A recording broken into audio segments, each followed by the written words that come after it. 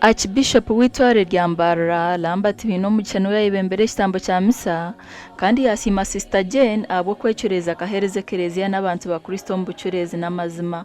Imyaka 55 umbunyani no mbuntu toshimiye kuba nutina ibinje miyaga neija ntina kunka okurango kamza ngotatina hakukizaha Twisigangu n'ahandi naza kusiyo nagushembushya. Sistobu niwakatera yosumu yanjara ngo nanda kuzaguza ekiruke simyaka 55.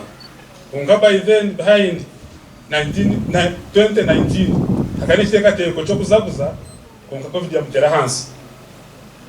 Sister ni msimu kansi marhanga kureba ngo kiroto cyawe acyotorire wazaguza izoberi. Omukoro gwo kujaguza gwakorwa kereziya ya St Paul's James Catholic Church.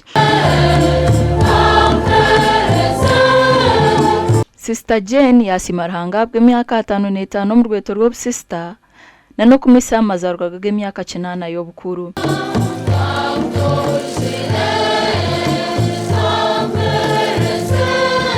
Itoni twitaga James Emmanuel tutunga abasosorodoti. Tungo ubuhereza bwa hihi n'ubuhereza abana kumanya ruhanga no kumuhereza. Ninyenda kushima mwena aba basize kutwasa ahakoganizinga omukorogo abantu bahanuya hamwe na friends. Abanyabuzare basima Sister Jane nabwo koro mu rumo rw'Ubukristo n'ubweziriki nubwo ari abeyazarirwa mu kaya Kristayo bita kabegeso butashorora.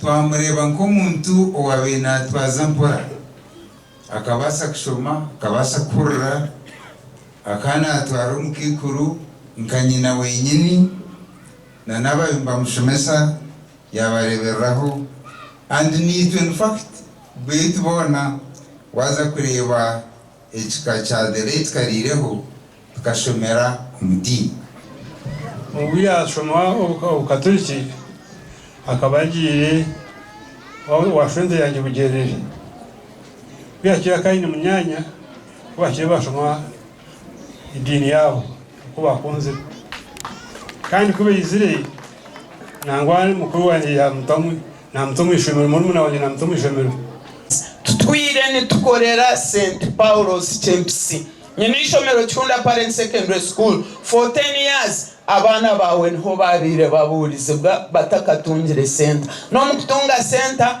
nanye nkataho mukono nayamba. Ndi Anita Tukunda na Mike Twachire.